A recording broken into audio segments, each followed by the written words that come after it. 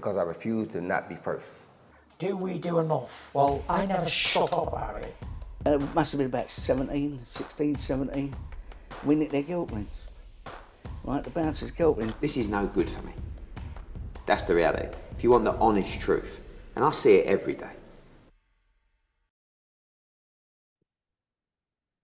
Welcome to another episode of Talk Smart with Pugh. I'm McCart. I'm Andrew McCart. That's young Joe Pugh with the shades on. Is this how we're doing it, Joe? It is. The sun's out. We're ready. It's a lovely Sunday, early afternoon. Ready to go out tonight. But how have you been, Andrew?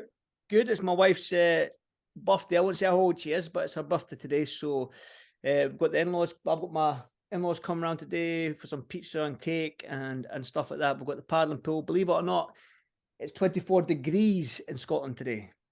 So wow, that's some sort of record for Scotland, isn't it? It must be a record. It must be, because I can't remember being this hot. Look how tanned I am. If you're listening on Spotify and Apple, then you won't see how tanned I am. But if you're watching on YouTube and all the others, then you can see that I'm got a nice glow about me. Yeah, Joe, no fights this weekend, which is it's quite a dull for me and you. I mean, it's nice to be home for a change, I suppose, and not be on our travels to enjoy some family time and go out with your friends and whatnot. But since the last time I spoke to you, there has been two big stories that have come out. One of them being the fight that we've all wanted to see for the best part of 3-4 years, maybe even longer, and that's Errol Spence Jr. against Terence Crawford. And then obviously the other one is the big heavyweight showdown that we want to see, and it looks like a 25% closer being made with Skill Challenge Entertainment out in Saudi Arabia signing Alexander Usyk. Joe, I'll open up to you. Where do you want to start? Well, we'll start off with the fight that we know is 100% happening, and that's Terence Crawford versus Spence Jr. It's one we've all wanted for so long. Kind of, they've both ruled that 147-pound division for so long. They've been the undisputed best, and finally we get to see them do it probably in their prime. I know some people say maybe just past it, but they're there or thereabouts. You can still say that they're pushing that pinnacle of their career. I know Errol Spence has had the car crash. He's come back from that, and he put in a couple of really good performances. Terence Crawford, he just delivers, doesn't he? He just absolutely delivers every time he fights. So thankfully it's on. We're going to see it end of July, and we just can find out for once and for all who is number one. And I think that's what I like. I like since, I don't know who's kick-started it, but since probably the Josh Taylor Ramirez fight with Undisputed and Usyk becoming Undisputed up at cruiserweight, we've seen Canelo do it, we've seen Inouye do it, we've seen Devin Haney do it. So there's a lot of emphasis on this. Pardon, Charlo. Yes, Charlo. Well done. Yeah, we've seen all them do it. I think that's great to see who the top dog is in the number one fight. I mean, 4 world champions in one weight class is, I mean, it's safe to say it's probably ridiculous to have 4 champions in one division. We should really know who the number one guy is, the top dog in that division. And a lot of emphasis is being made now in the Undisputed. Both like the Spence and Crawford fight, man, it's a fight that I've been waiting for, 3-4 years in the making. And what I like about it, right, isn't the fact that it's a great fight in itself, is that just the Tank Davis and Ryan Garcia fight as well. It was the fighters that picked up the phone, phoned each other, and basically said, let's get this made. How do we get this done? How do we get this over the line? So it was the two fighters actually picking up the phone and phoning each other to get this fight made. Errol Spence and Crawford did it. Tank Davis, Garcia did it. So I don't know if we can get a Zoom call with Tyson Fury, Joshua, Usyk, and Wilder, get them on a Zoom call and get this fight made, them fights made. But yeah, like you say, a lot of emphasis has been made on this Undisputed to see who the number one dog is in the division, and I like it. I mean, Spence Jr., I think he's been out the ring for best part of 16 months when he gets in the ring with Crawford. They've both got a high knockout ratio as well. Can I see one of them getting knocked out? Probably not. I can see this going to a decision. And it's going to be a great fight. I think it might be cagey to begin with because there's high stakes in this one. They've talked a good game.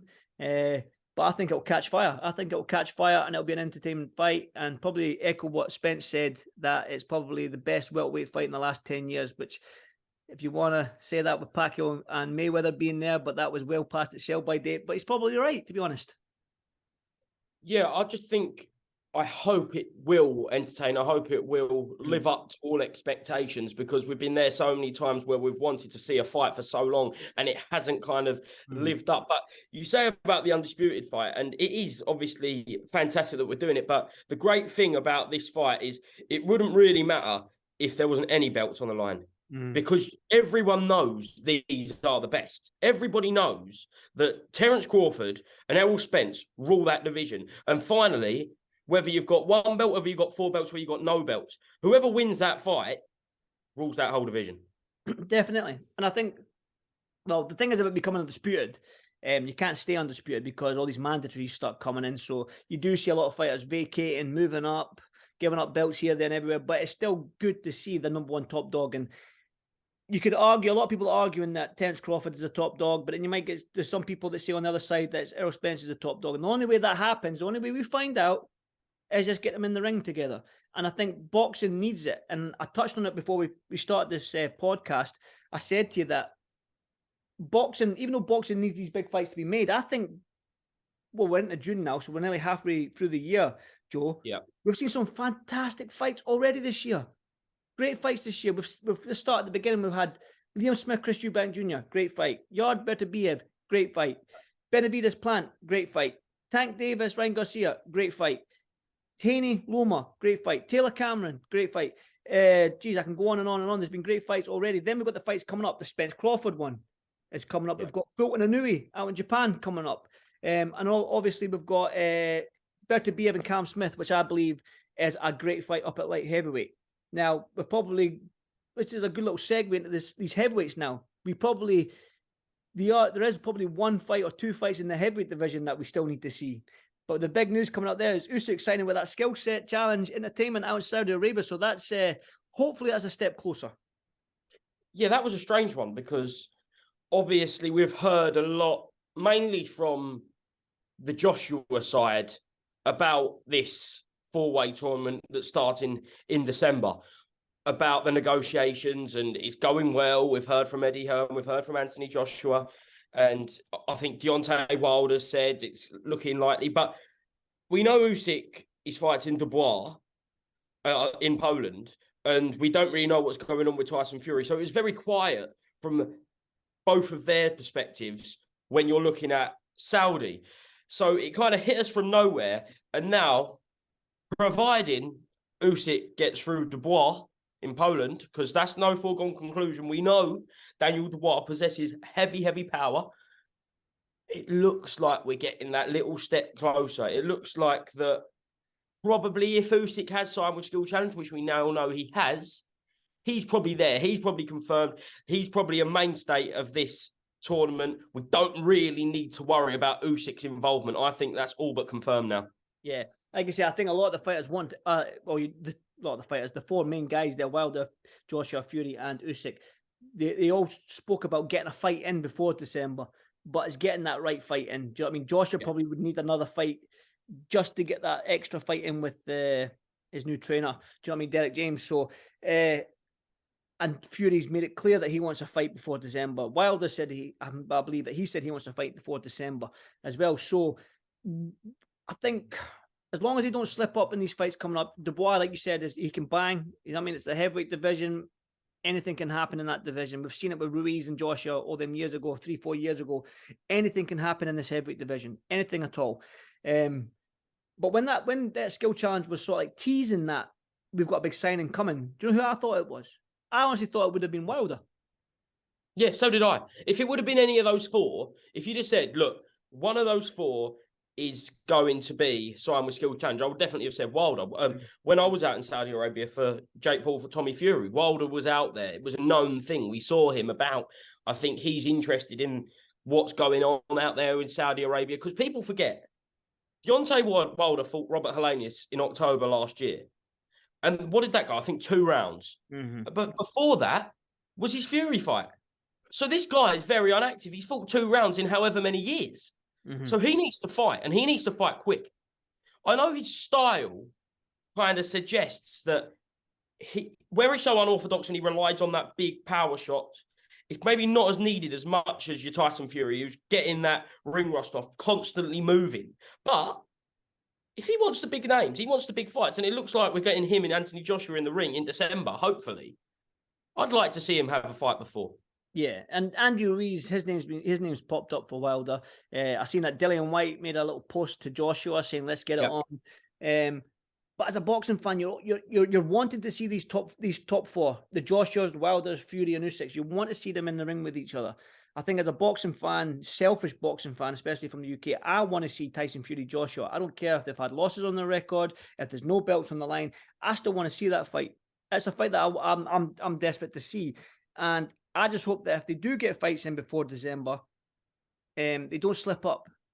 They don't slip up. I think if anyone can get it done, this crazy idea of getting Wilder, Fury, Joshua, and Usyk all on the same card, if anyone can get it done, and it seems it will be, and it can be the skill challenge entertainment. If anyone's, probably lack of a better word, is crazy enough to try and pull that off, it seems like the skill challenge entertainment is the promoter to do so.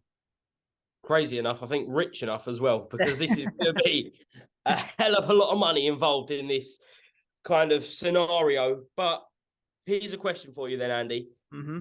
If we're getting these fights in December, who would you like to see Tyson Fury fight in the meantime? Because we know that if Anthony Joshua does fight someone, it looks like it will be Dillian White. We know Usyk's fighting Dubois. We're not sure what's going on with Deontay Wilder, but we know that Tyson Fury wants a fight in August, September, maybe even July. So, Andrew, who's that name you want for Tyson Fury, and who's realistic? Realistic? Probably Andy Ruiz, because he is top 10. He's a big enough name for even the UK fans to have heard of. But who else? I know Fury was out in Australia and he was toying with the idea, Dempsey McKean and all these cruiserweights out in Australia and fighting them guys. But realistically, he's fought Chisora, he's fought Dillian White. You don't want to see these rematches. I think realistically, the only sort of name out there with Dubois being tied up, Joe Joyce being tied up with Zhang rematch. The only real guy in the top 10 that's free to fight is Andy Ruiz, really. But again, that's the same name that Wilder's called out, and it's a hard heavyweight division, because even though the top guys are the top guys, it's not very stacked with names. Do you know what I mean? I mean, Dillian White, he's there or thereabouts. Obviously, he's in the top 10, but he's already fought Tyson Fury. Is there much of a clamour for it? I don't think so. I think him and Joshua makes more sense, the Dillian White Joshua rematch, than the Fury Dillian White rematch. So for me, I think Andy Ruiz is probably, because he's in the top 10, the only real name that makes sense for Fury. Yeah, I think everyone knows Andy Ruiz. I think it was 4 years this week since he knocked out Anthony Joshua in New York.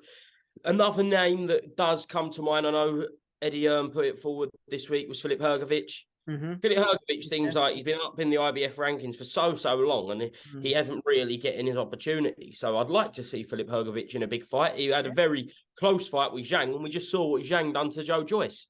And I know we're going to get that Joyce-Zhang rematch, hopefully. And that's another name. But you are right. Once you take away the big names and the kind of the big four, so to speak, you find yourself looking for opponents. And when it's so close, when you are from touching distance away from seeing this kind of crazy thing happen in Saudi, I can understand why people don't want to get in the ring, kind of, because you don't want to make that slip up, because it's not just the big fights that you're slipping away from, it's the big money. And we know when it comes to Saudi Arabia, it isn't just big money for normal fights, it's unbelievable money. Well, that's it. I don't think, but there is guys like Joseph Parker, but Fury won't fight him. Martin Bakole, he's a good fighter. Does that sell? Does that make sense at this stage for Tyson Fury? I mean, who knows? You mentioned Filip Hrgović, but the one heavyweight that I cannot wait until he gets on the scene and he gets into that top 10 ranking, if he isn't there already, is the young American Jared Anderson. The sooner he gets in the mix, the better, I believe. I think he's one to watch out for. So, I mean, the heavyweight division is good, because, like I said, these top four guys that we spoke about, they're in their mid-30s now. So we're needing some young heavyweights to come through and pick up that reign and carry it forward. But yeah, listen, it's going to be a Royal Rumble between us at IFL to see who goes to that Saudi Arabia in December. Then imagine that. I think that's what we should do. I think we should get Coogan, me, Uma, Raza, you, okay, young Oscar. All right, we should get us all in a ring, right? Have a Royal Rumble. Whoever's the last man standing gets to go to Saudi. Listen, I think that we're going to need to go over there mob-handed. I think we are. All 4 fights, if there's those 2 fights happening on the same night with them 4 fighters, we're going to need to take a few people to Saudi Arabia, I think. Definitely. And I think, forget about an undercard. Like, what kind of undercard will they have over there? I think they probably will make guys, they will take guys like Mark McCauley over. I think they'll take guys like, they might even take a Jared Anderson. They might even do something like that, take one of these young heavy. I think it'll be heavyweight heavy. I think Joseph Parker would be out there.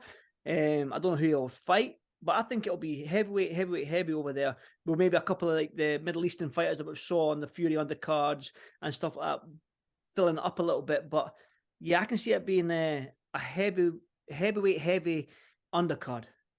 I hope so. But it's one of those things you don't really even need an undercard, does it? It's just going to be absolutely massive. I think the obvious one is probably to have Badu Jack on there. Yeah. They're still Challenge World Champion. He's skill set though, isn't he? He's promoted by the Skill Set Challenge. Yeah. So yeah, he'll probably be on it defending his WBC Cruiserweight world title as well. Again, the Cruiserweight division is a good division as well. Maybe a unification fight for him. But it's like I say, it's good, man. As a boxing fan, you're skeptical because we've seen all these negotiations. Like me and you, even though we're in the sport, we're not privy to these contract negotiations. No. We don't really know what's going on. You hear snippets, you read snippets, but you really don't know what's going on. And then when you get to a bit, you're like, oh, it's close to being signed, and then you wake up the next morning, it's off. So, as a boxing fan, you're skeptical and you're hoping for. You're hoping for these fights to be made, and we're hearing good things from Eddie Hearn and all these guys. But yeah, I think if anyone can pull it off, it is the Saudi Arabians with the Skill Set Challenge Entertainment promotion. I think I think they can pull it off if they can, and I hope they can. I completely agree. I think you don't want to kind of get overexcited because we know that. It's not just 4 fighters. It's 4 fighters, promoters, managers, teams, everyone. You've got to get so many people on board, lawyers, everything. So people do forget it's not just 4 men involved. It's 4 men and their teams. It's hundreds of people have got to be happy with this. And then once you sort that out, you've got to get broadcast scenarios all around the world because this is a global event on the biggest level. So I hope it happens. I want it to happen. I think it can happen because of the Saudis. Yeah, I agree. Saudis can do it. I agree. I totally agree. And like I said, you spoke about the contract there. Like, there's so much in the contract as well. It's all sort of like, who's walking in second? What colour gloves are you allowed to wear? What colour gloves? What type of gloves? What colour shorts? The size of the ring, 20 foot, 24 feet. There's loads of little minuscule little things in that contract that has to be signed.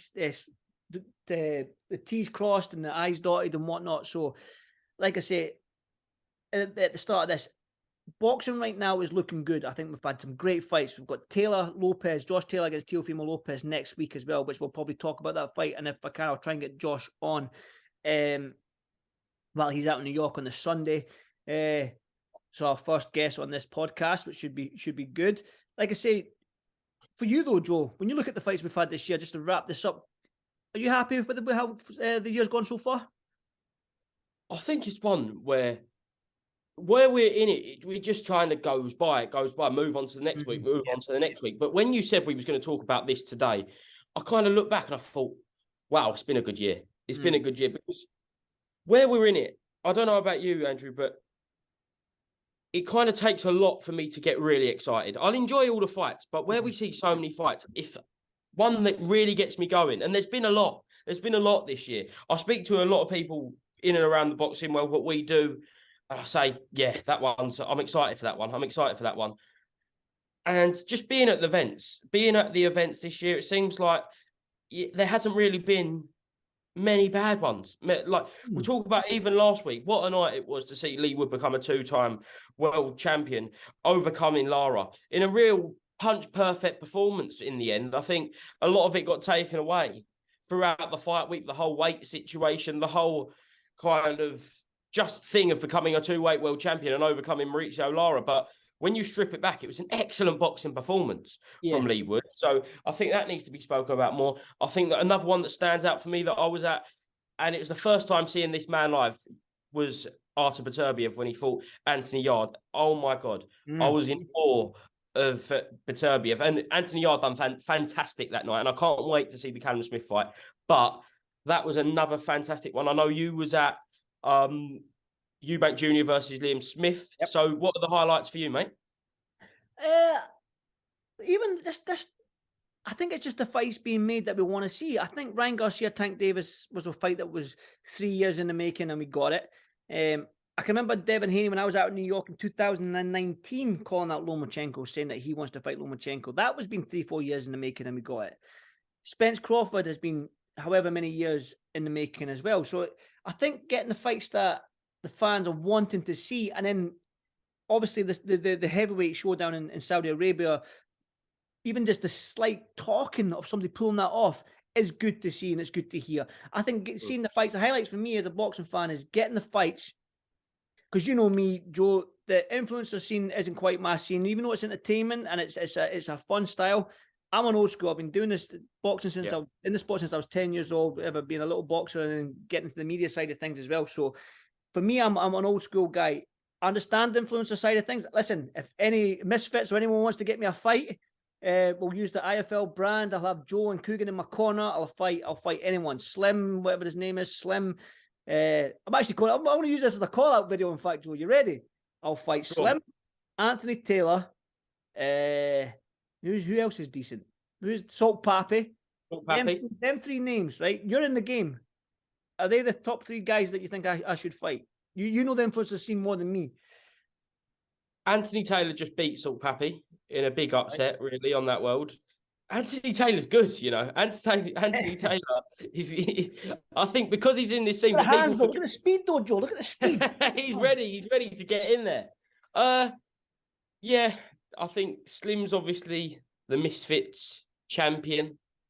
I don't know at what weight, but the weights are different. The weights are different from traditional boxing.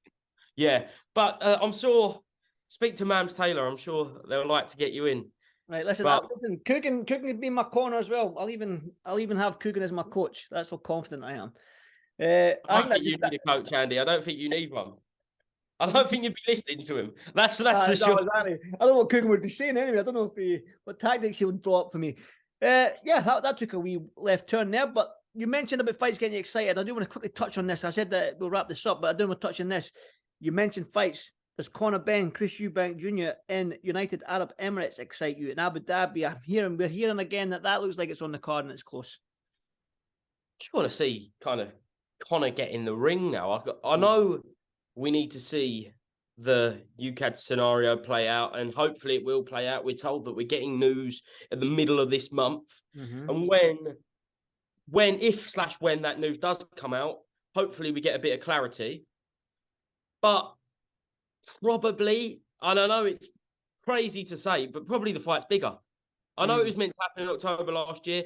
I was around that fight week, and obviously it got cancelled during the fight week. That fight's bigger. That fight's on another level now. It's a massive shame, though, if it's not in the UK. I think it's a massive shame. It's one of the all-time biggest British family rivalries. And keyword British. So it has to happen in Britain, but if that's not a possibility and it has to go to Abu Dhabi or somewhere else in the Middle East, I will take it because it's a fight that I want to see now. It's a fight that gets me excited. It's a fight that needs to happen. I think there's real needle there now. Yeah, I think you could have relied on the family rivals. Before that, I think it was called Born Rivals. That's how it was marketed. But now with everything that's gone on between the two, I think take away the family name. I think it's personal between these. And it's going to be interesting because Chris Eubank Jr. can't really afford to lose again. After that Liam Smith fight, he can't really afford to lose again. Conor Benn said he's going to move up to 160. That's crazy. So he's going up £13. I think originally it was going to be at 156 or something like that. But I think it's clear that Chris Eubank shouldn't go down to that weight. 160 plus for him. Conor Benn, Chris Eubank Jr. Will it happen? Won't it happen? I think I'll wait and see if it finds out. But what do you think, Andrew? Everything you just said, that obviously Conor Benn hasn't got a British license right now. We need to sort that out with the board and the UK stuff that you mentioned there. But I think with the young man, I seen him out in a couple of interviews out in Mexico, and he was very, very emotional, and I think it's taken its toll on him a little bit now. But like you say, we need to see the clear outcome, the evidence and whatnot for the situation. But we're just specifically talking about Conor Benn and Chris Eubank as a fight. Man, who doesn't love it?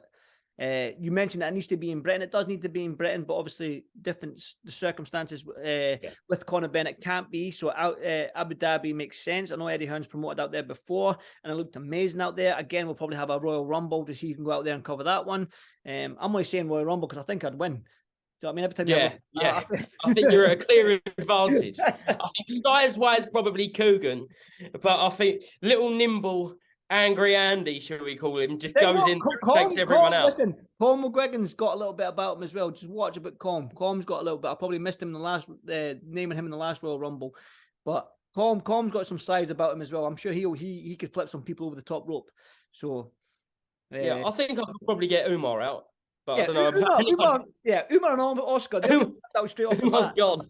Umar and Oscar are gone straight off the bat. That just leaves me, you, Raza, Colm, and Coogan.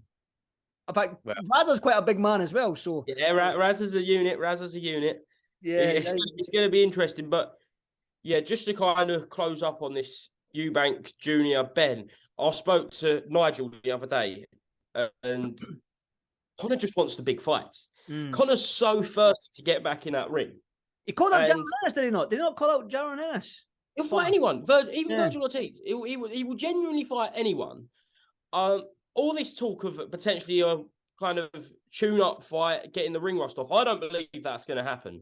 I think after all the talk, all the hype around Conor Benn, all the controversy, I think he needs to get in there and mix it with a big name. Because, like it or not, Conor Benn is probably one of the biggest names in the UK right now. Apart from the heavyweights, probably name me a more well-known fighter. Yeah, I think it'd be hard to. Yeah, you're probably right, to be honest there, son. You're definitely right. It's hard to name a bigger name than Conor Benn right now in the UK. But like you say, the sun is shining, Joe. We spoke for about 30 minutes or so. So shades are on. All right. They're on, son. The sun is shining. So we're going to enjoy the rest of this beautiful Sunday afternoon. It's my wife's birthday, so I better get a move on and get this cake sorted. So, Joe, pleasure as always, big man. We'll try and get a guest on next week. Stay tuned. Fingers crossed we can get somebody like Josh Taylor or somebody on next week, and we'll get this podcast rolling because I'm enjoying it. I really am enjoying my time with you, big man. You can talk a good game. You're obviously passionate about the sport, and I love it. Certainly. Likewise. Everyone, make sure you get onto it at Talk Smart with Pugh and McCart. Available on all streaming platforms and obviously on YouTube. Check out all the content, IFL TV, on all your social medias, your Spotify's, everywhere. You can get a bit of Talk Smart with Pugh and McCart, 8 o'clock on a Sunday. No better place to be, Andrew. Exactly, sir. Make sure you check it out. 8 p.m. tonight. It'll be out. Let's go. Joe, until next week. See you later, son. See you later, mate. Right, mate.